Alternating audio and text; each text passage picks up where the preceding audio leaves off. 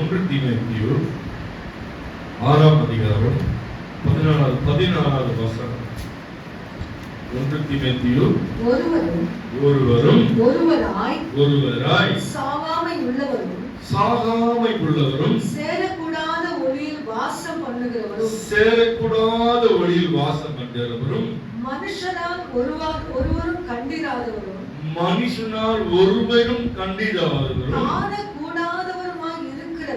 காணக்கூடாதவருமாய் இருக்கிறவர் அவருக்கே கனமும் நித்திய வல்லமையும் உண்டாயிருக்கிறதாக. ஆமென். இந்த வசனத்தை என்ன சொல்றது? ஒருவரும் சேரக்கூடாத ஒளியின்றது வெளிச்சம். அந்த வெளிச்சம் ஒருவரும் சேர முடியாது.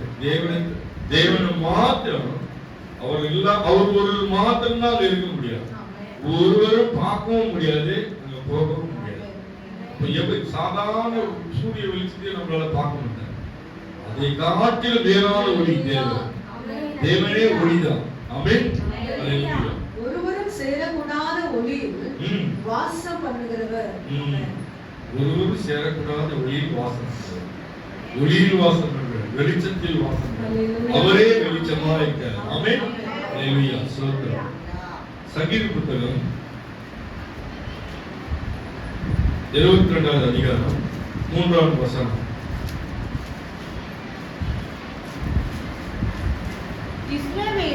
இஸ்ரவேலின் துதிக்குள் வாசமாய் இருக்கிற தேவனே பரிசுத்தர். இஸ்ரவேலின் துதிகளுக்குள் வாசமாய் இருக்கிற தேவனே பரிசுத்தர். நம்ம தேவன் எப்படி இருக்காரு? துதிக்குள் வாசம் பண்ணுகிறார். துதிக்கிறோம். ஆலயத்துக்கு வந்தா நம்ம துதிக்கிறோம். துதியில் வாசம் பண்ணா நம்மளுக்கு ஜெயம் வந்துடும். நீங்க துதிச்சீங்க காலையில வந்தோம், தேவனை ஆராய்ச்சோம், துதிச்சோம், ஆவிக்குள்ள நேரம் இங்க ஒரு அற்புதம் நடந்தது. அது எங்களுக்கு தெரியும். நான் கண்ணால பார்த்தேன் என்ன நடக்குது. கர்த்தருக்கு ஸ்தோத்திரம். இப்ப துதிக்கிறப்போ நம்ம கிட்ட இருள் நம்மகிட்ட விலகி போடும், நம்ம கிட்ட வியாதி விலகி போடும். சரிங்களா? இந்த துதி மத்தியில் வாசம் செய்கிற தேவன், ஆராதிக்கும் தேவனுக்கு பிரியமான காரியம். அது மகிழ்ச்சியாய் தரும். நம்மளால பாட பாட பாட பாட பாட இதயமும் லகுவாய் மாறும். இப்ப சிந்தையும் சிதறாமல் இருக்கும். குழப்பங்கள் விடுதலை கிடைக்கும். நம்ம துதிக்கிறோம், ஆனா துதிக்க விடாமல் தடைகள் வரும். தடைகள் மத்தி துதிக்கும். அல்லேலூயா. பிரியமாக நீங்க துதிச்சு பாருங்க. நீங்க துதிச்சீங்க, என் கண்ணால பார்த்தேன் என்ன நடந்ததுன்னு. கர்த்தருக்கு ஸ்தோத்திரம். ஏன்னா பிரியமா இருக்கு. அது வந்து இந்த வசனத்துக்கு ஏற்ற மாதிரி இந்த நாளில தேவன் உறுதிப்படுத்துகிறார். அல்லேலூயா. Praise the Lord. இஸ்ரவேலின் துதிகளுக்குள் வாசமா இருக்கிற தேவரீரே பரிசுத்தர். தேவரீரே பரிசுத்தர். அல்லேலூயா. சங்கீத புத்தகம் 50வது வசனம் 50வது அதிகாரம் 23வது வசனம் வாசிங்க. சங்கீத புத்தகம் ஸ்தோத்திர பலியிடுகிறவன் தேவரீரே வாசிங்க. ஸ்தோத்திர பலியிடுகிறவன் என்னை மகிமைப்படுத்துகிறான். தன்னை வலிய செவைப்படுத்துகிறவனுக்கு தேவனுடைய ரட்சிப்பை வெளிப்படுத்துவான் என்று சொல்லுகிறார். ஸ்தோத்திர பலியிடுகிறவன் வாசிங்க. ஸ்தோத்திர பலியிடுகிறவன் என்னை மகிமைப்படுத்துகிறான். ஸ்தோத்திர பலியிட்ட யாரை மகிமைப்படுத்துறீங்க? ஸ்தோத்திரம் நீங்க சொல்றப்போ மனுஷன் இல்ல, அவர் தேவனை நீங்க மகிமைப்படுத்துறீங்க. நீங்க சாதாரணமா நினைக்கிறீங்க ஸ்தோத்திரம் அதோட அர்த்தம் தெரியாம இருக்கீங்க. நீங்க ஸ்தோத்திரம் சொல்றப்போ தேவன் மகிமைப்படுகிறார். தேவனை மகிமைப்படுத்துற வார்த்தை தான் ஸ்தோத்திரம். ஆமென். வாசிங்க. ஸ்தோத்திர பலியிடுகிறவன் என்னை மகிமைப்படுத்துகிறான். என்னை மகிமைப்படுத்துகிறான். தன் வழியை செவ்வைப்படுத்துகிறவனுக்கு தேவனுடைய ரட்சிப்பை வெளிப்படுத்துவேன் என்று சொல்கிறார். எல்லாரும் சொல்றபடி சொல்ல முடியாது. ஸ்தோத்திரத்தை சொல்றதுக்குள்ள வந்து எப்படி இருக்கும்? ஆண்டவர் பூமியா இருந்திருக்கும். மகிழ்ச்சி கூட சொல்லிருக்கோம். அவர் எப்படி நடத்துறாரு ஆண்டவர்? இப்போ நீ வாசிங்க. தன் வழியை செவ்வைப்படுத்துகிறவனுக்கு தன் வழியை செவ்வையாய் மாற்றுகிறவன் தான் ஸ்தோத்திர பலி. செவ்வையான ஆண்டவர் தேடுகிறவனுக்கு, ஆண்டவர் நம்புறவனுக்கு எப்படி செவ்வையான வழி, நேர்த்தியான வழி, உண்மையான வழி, நீதியான வழி, செவ்வையாய் நடந்து வருவனுக்கு அவனுடைய ரட்சிப்பை வெளிப்படுத்த. நீ ரட்சித்து எதுக்காக உன்னை ரட்சிக்கணும் அதை உனக்கு வெளிப்படுத்துவேன்னு சொல்றாரு. ஸ்தோத்திர பலிக்கு என்ன வல்லமை இருக்குது புரியுங்களா? இந்த ஸ்தோத்திர பலிக்கு வந்து தேவன் அப்படி புகழ்ந்த வாசனையா பார்ப்பாரு. அதோட வார்த்தையோட வல்லமை தெரியல, அந்த வார்த்தைக்கு எவ்வளவு பவர் இருக்கு உங்களுக்கு தெரியல. அது தெரிஞ்சா நீ விட மாட்டீங்க. ஸ்தோத்திரம் ஸ்தோத்திரம் ஸ்தோத்திரம் ஸ்தோத்திரம் ஸ்தோத்திரம் எல்லா நிலையிலும் ஸ்தோத்திரம். அல்லேலூயா. ஸ்தோத்திரம். நன்றி ஆண்டவரே. யோவான் 14:23 வாசிங்க. நான் சீக்கிரமா முடிக்கிறேன். 14:23 யோவான் புத்தகம் 14வது அதிகாரம் 23 யாவன வாசிங்க. 23 இயேசு அவருக்கு விருப்பமாக ஒருவன் என்னிடத்தில் அன்பாய் இருந்தார். வசனத்தையும் கைக்கொள்வான். அவனிலும் என் பிதா அன்பாய் இருப்பார். நாங்கள் அவனிடத்தில் வந்து அவனோடு வாசம் பண்ணுவோம். யார் யாரெல்லாம் வாசம் பண்ணுவாங்க? நாங்கள் என்பது யாரு? பிதா, குமாரன், பரிசுத்த ஆவி. நாங்கள் 3 பேர் சேர்ந்து நாங்கள் சொல்றாங்க. மைக்ல வாசிங்க. இயேசு அவனுக்கு பிரதியுத்தரமாக ஒருவன் என்னில் அன்பாய் இருந்தால் அவன் என் வசனத்தை கைக்கொள்ளுவான். யாரெல்லாம் வசனத்தை கைக்கொள்வாங்க? வசனத்தை வாசிப்பாங்க, வசனத்தை நேசிப்பாங்க. அவர் மேல் யார் நேசிக்கிறார்களோ, அவர் மேல் யார் அன்பா யார் இருக்காங்களோ அவங்க தான் வசனத்தை கைக்கொள்வாங்க. கைக்கொள்ள உள்வாங்கிறது, வசனத்தை வாசிக்கிறது, வசனத்தை நேசிக்கிறது. யாரெல்லாம் கைக்கொள்றாங்க எப்படி சொல்றாரு பாருங்க. வசனத்தை கைக்கொள்ளுவான். என் வசனத்தை கைக்கொள்ளுவான். அவனில் என் பிதா அன்பாய் இருப்பார். அவனில் என் பிதா எப்படி இருப்பாரா? அன்பாய் இருப்பார். இந்த வசனத்தை வேதத்தை நீங்க நேசிக்கிறப்ப உங்க மேல எப்படி இருப்பார்? பிதா அன்பாய் இருப்பார். இப்ப பைபிள் வாசிக்கிறீங்க, உங்களோட முடிவு நினைக்காதீங்க. வேதத்தை வாசிக்கிற போது உங்க மீது வந்து தேவன் பிதா வந்து பிரியமா இருக்கிற, அன்பா பிரியமான மகளா இருக்கிறீங்க, பிரியமான மகனா இருக்கிறீர்கள். நாங்கள் அவனிடத்தில் வந்து அவனோட வாசம் பண்ணுவோம். நாங்க எல்லாம் வந்துருவோம். வசனத்தை வாசிக்கிற போது, அதை நேசிக்கிற போது, உள்வாங்கிற போது, அது வந்து அதை எப்படி சொல்லி அது ருசித்து வாசிக்கிற போது அப்படி என்ன பண்றாங்க? அவங்களால அங்க தங்க முடியாது. 3 பேர் அவங்க வந்து வாசம் செய்வாங்க. எங்க வாசம் செய்வாங்க? வசனத்தை கைக்கொள்வது எங்க வந்து வாசம் செய்வாங்க? சரீரத்துல வாசம், இதயத்துல வாசம் செய்வாங்க, சிந்தையில வாசம் செய்வாங்க. இந்த 2 இடத்துல வாசம் செஞ்சா நீங்க எப்படி இருப்பீங்க? பரிசுத்தமா இருப்பீங்க.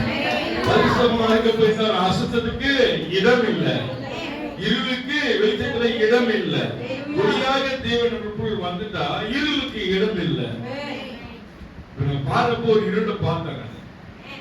இந்த துதிக்கிறப்போ நீங்க எல்லாரும் துதிக்கிறீங்க, ஒரு இருளை பார்த்தேன். கர்த்தருக்கு ஸ்தோத்திரம்.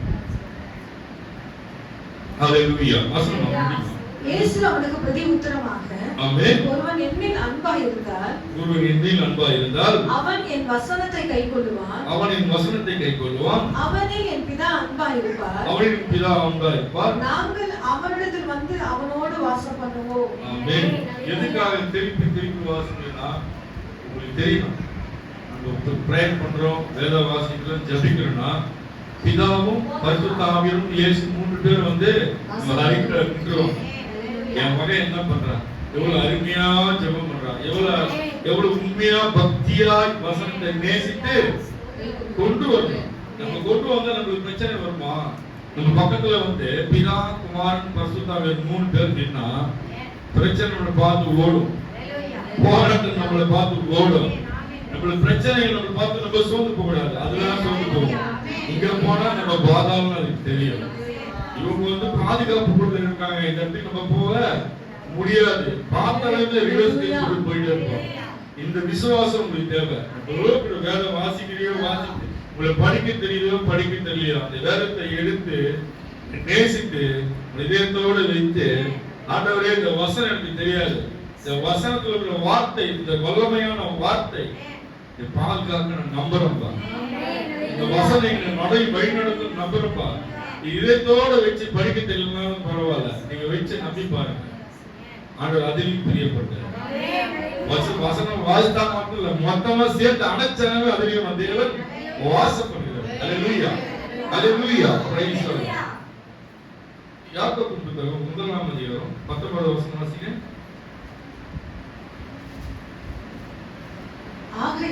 ஆகையால் என் பிரியமான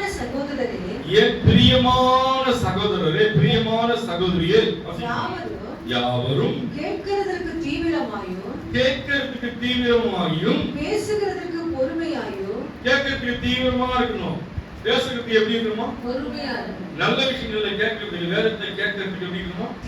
தீவிரமா இருக்கணும். வசனத்தை கேட்கிறதுக்கு தீவிரமா இருக்கணும். பேசுறதுக்கு எப்படி இருக்கணுமா? பொறுமையா இருக்கணும். பொறுமையா இருக்கணும். கோபிக்கிறதுக்கு தாமதமாயும் இருக்கணும். கோபப்படுறதுக்கு எப்படி இருக்கணுமா? தாமதமா இருக்கணுமா? எதை கேட்கிறாரு பாத்தீங்களா? புரியுது அவசரம் உங்களுக்கு? எவ்வளவு அழகா பேசுறாரு பரிசுத்த ஆவியானவர். வாசிங்க.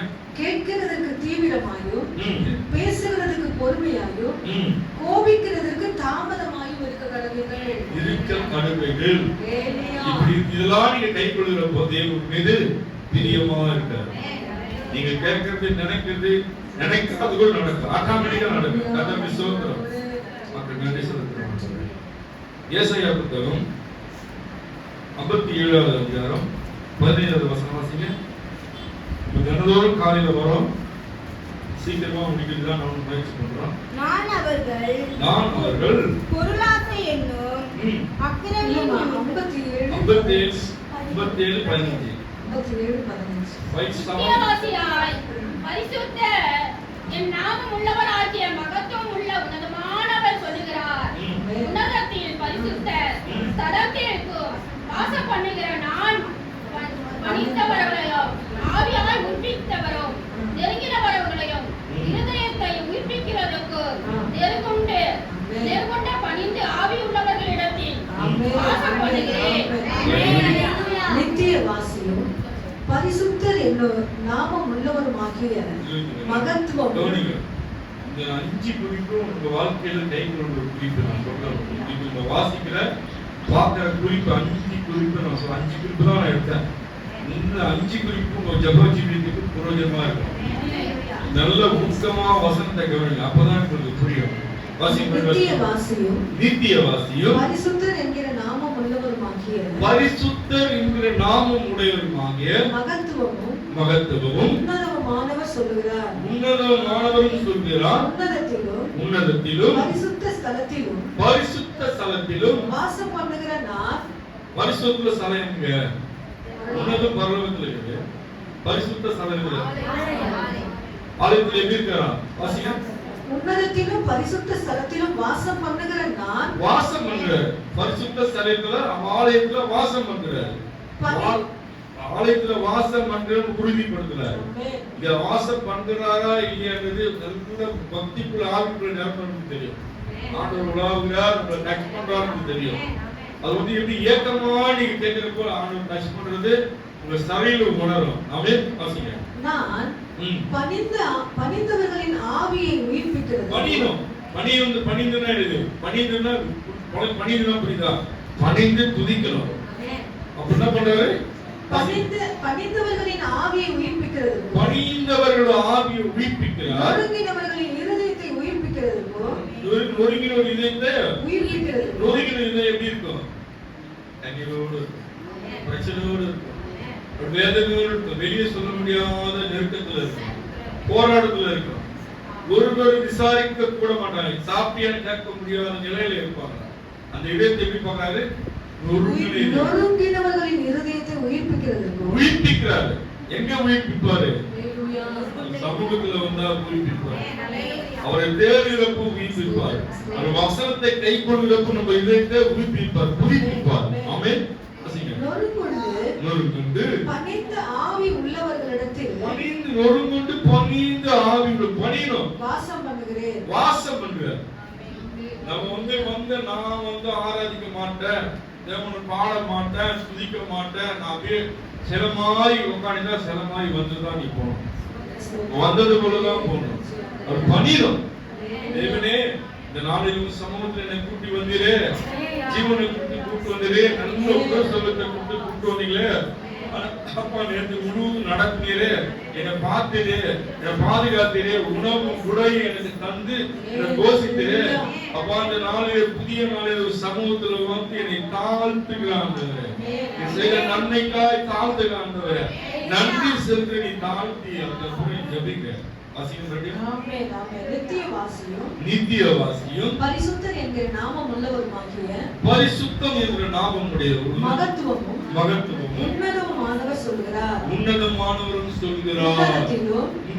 பரிசுத்த ஸ்தலத்திலும் வாசம் பண்ணுகிற நான் பணிந்தவர்களின் ஆவியை உயிர்ப்பிக்கிறதுக்கும் நொறுங்கினவர்கள் இருதயத்தை உயிர்ப்பிக்கிறதுக்கும் பணிதவங்க உங்க ஆவியை உயிர்ப்பிப்பாரு. வந்து வாயை மூடி அமைதியா இருந்தா உங்களுக்கு எது தோணுதோ, எப்படி அவர் வர்ணிக்க முடியுமோ அப்படி நீ வாங்க. நல்லவரே, வல்லவரே, நேற்றும் என்று என்றும் மாறாதவரே, முந்தினவரும் பின்னவரே, எல்லா நாமத்துக்கும் மேலான நாமம் உள்ளவரே, வானம் சிங்காசனம் பூமி பாதபலி என்று சொன்னவரே, எங்களுக்காக அழிக்கப்பட்ட ஆட்டுக்குட்டியானவரே, கல்வாரி நாயகா அப்படின்னு சொல்லி துதிங்க. உங்களுக்கு எதெல்லாம் சிந்தையில கூடாதோ அந்த நாமங்கள்லாம் சொல்லி சொல்லி சொல்லி துதிக்கிறப்போ புதிய பலன் வரும். பணிந்த ஆவி உங்களிடத்தில் வாசம் பண்ணுகிறேன். பணிந்த ஆவி உங்கள வாசம் பண்ணுவாரு. ஸ்டிப்பா தான் ஸ்டிப்பா தான் வந்து ஸ்டிப்பா போணும். இது பணிந்த ஆளு தாழ்த்தணும். சமூகத்தை அடிமை தாழ்த்துற ஆண்டவரே, இதோ அடிமை வந்திருக்கிற ஆண்டவரே, சமூகத்துல வந்திருக்கிற அடிமை வந்திருக்கிற ஆண்டவரே, தாழ்த்தட்டுங்க. கர்த்தர் ஆசீர்வதிப்பார். ஆமென். ஹalleluya. ஸ்தோத்திரம். எபிரேயர் புத்தகம் 3ஆம் அதிகாரம் 17வது வசனம். விசுவாசத்தினாலே கிறிஸ்து உங்கள் இருதயங்களில் வாசமாய் இருக்கவும் நீங்கள் அன்பிலே வேரூன்றி. விசுவாசம் எப்படி? விசுவாசம் எப்படி? இயேசு எனக்கு தெரியும், இயேசப்பா எனக்கு தெரியும், அதனால ஆலயத்துக்கு போற சொல்ல வசனம் என்ன சொல்லிட்டு விசுவாசத்தினாலே கிறிஸ்து உங்கள் இருதயங்களில் வாசமாய் இருக்கவும். கிறிஸ்து இருதயங்களே வாசமா இருக்கிற. வாசம் பண்ணுவாரா? நம்ம இதயத்துல எப்படி இருக்கு? குப்பை இருக்குதா, அழுக்கு இருக்குதா, எப்படி சுயநலம் இருக்குதா? சுயநலம் இல்லாம வெள்ளையா வச்சுங்க. எந்த அழுக்கு இல்லாம இதயத்துக்கு பாதுகாப்பு. அப்பதான் வந்து இதயத்துல அமர்ந்து நாக்காளி போட்டு உட்காந்துட்டாங்க. நீங்க போட்டதெல்லாம் ஜெயந்தான். அவருக்கு ஒரு நாற்காலி போட்டு நீங்க அமர வச்சு ஒரு சேர போட்டு இதற்கு அமர வச்சீங்கன்னா அப்புறம் அவர் நீங்க நினைக்கிறதெல்லாம் நினைச்சாங்க தேவன் செய்வார உண்மையா செய்வார். இந்த அனுபவத்தில் யாராருக்கு போயிருக்குன்னு தெரியல. ஆண்டவர் அப்படி அந்த அடிமையை நடந்துங்க. யோசிக்கிறப்ப அதை கண் முன்னாடி இருந்து நிப்பாட்டு. இருந்தா நல்லா இருக்குமே தான் நினைப்போம். ஆனா ஆனா ஏதாவது ஒரு காரணத்தை கொண்டு எரியாவை கோஷத்து போல் நம்ம என்ன தேவையை சந்திச்சிருவாங்க நினைப்போம். ஆனா உண்மையான காரியங்கள் நியாயமான விஷயமா இருக்கும், தேவனுக்கு பிரியமான விஷயமா இருக்கும். அதற்காக எனக்கு வீடு வேணும், பங்களா வேணும், உனக்கு தருவாரு. அதற்கு காலையில் நேரங்கள் தருவாரு. அவங்க உண்மைக்கு ஏற்றாமல் தருவாரு, அவங்க பக்திக்கு ஏற்றாமல் தருவாரு.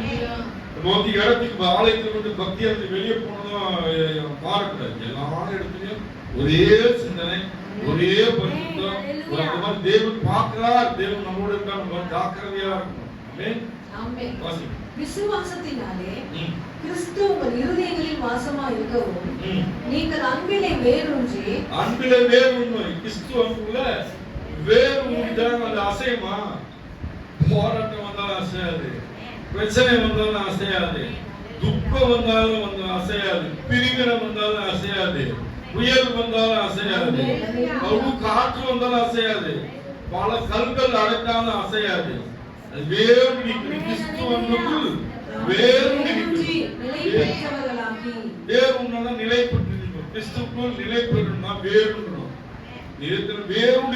அனுபவத்துல போனோம், ஆழத்துல போனோம். கண்ணாட்ட கேட்டா எங்க போறா? ஆழத்துல கொண்டு போறான், ஆழத்துல கொண்டு போறான். ரொம்ப அருமையா இருக்கு. கிறிஸ்துவ வசனங்கள் கேட்கிற போது நம்மள சீர்படுது.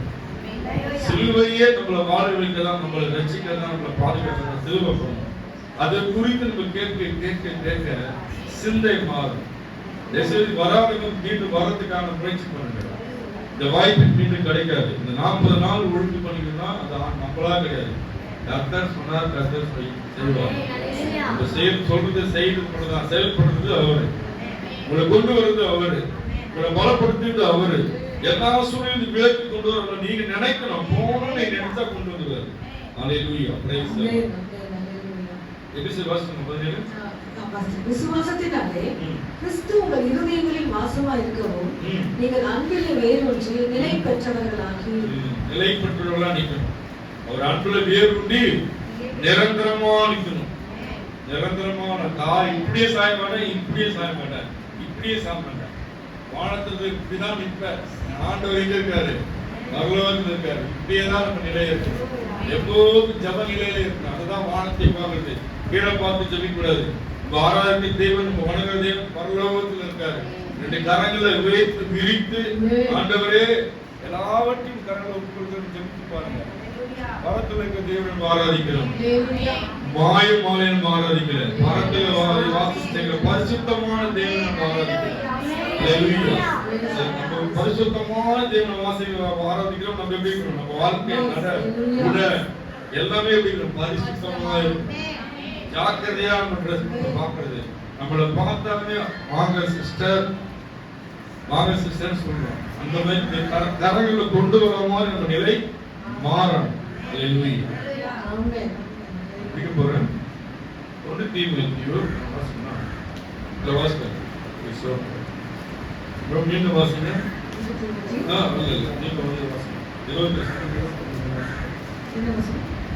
22 அதிகாரம் 3ஆம் சங்கீதம்.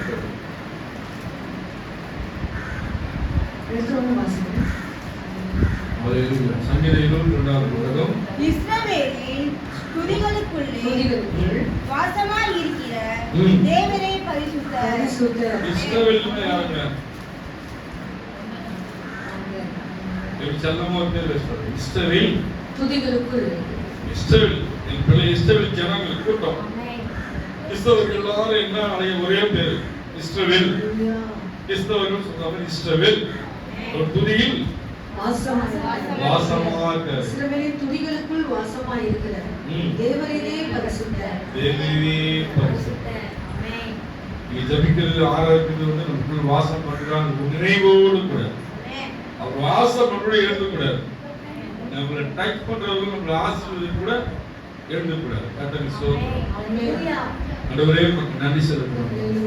அப்பா ஒவ்வொரு நாளும் ஆண்டவரே மத்தியில வார்த்தை அப்பா அந்த நாளிலும் ஆண்டவரே அந்த ஆண்டவரே அந்த 5 காரியங்களும் 5 காரியங்களும் வாழ்க்கையில ஆவிக்குரிய வாழ்க்கையில ஆண்டவரே ஜெப ஜீவியத்துல ஆண்டவரே எல்லா பிரச்சனைக்கும் மத்தியிலும் ஆண்டவரே இவள் கை கொண்டு இந்த 5 காரியங்களை கை கொண்டு நடக்கிற போது அப்பா நீ பிரியப்பட்ட பிள்ளைகளுடைய காரியங்கள் எல்லாவற்றையும் பொறுப்பெடுத்து எல்லா நிலையிலும் அவர்களோடு இருந்து வழிநடத்த வல்லவரா இருக்கிறாங்க. கரங்களை ஒப்பு கொடுக்கணும் அவள் கேட்ட வசனம் ஆண்டவரே, அவள் சிந்தையில நிற்கணும் ஆண்டவரே, செவிகளை நிற்கணும் ஆண்டவரே, இதயத்தில் நிற்கணும் ஆண்டவரே. சத்துருவானவர் இந்த 5 காரியம் சிந்தை நிற்கும் இதயத்தை நிற்கும் எடுக்காமல் ஒரு தரத்தினால் அடைத்து போடும். எப்போது இந்த வசனங்கள் காதலில் இதயத்தில் வாசம் செய்யணும், உயிர்ப்பிக்க செய்யும். மக்கள் ஒரு வாக்கு ஒப்பு கொடுக்கிறோம், ஒப்பு கொடுக்கிறோம். இதே பிள்ளை பயன்படுத்த இயேசு நல்ல பிதாவே. ஆமென். ஆமென். ஹalleluya.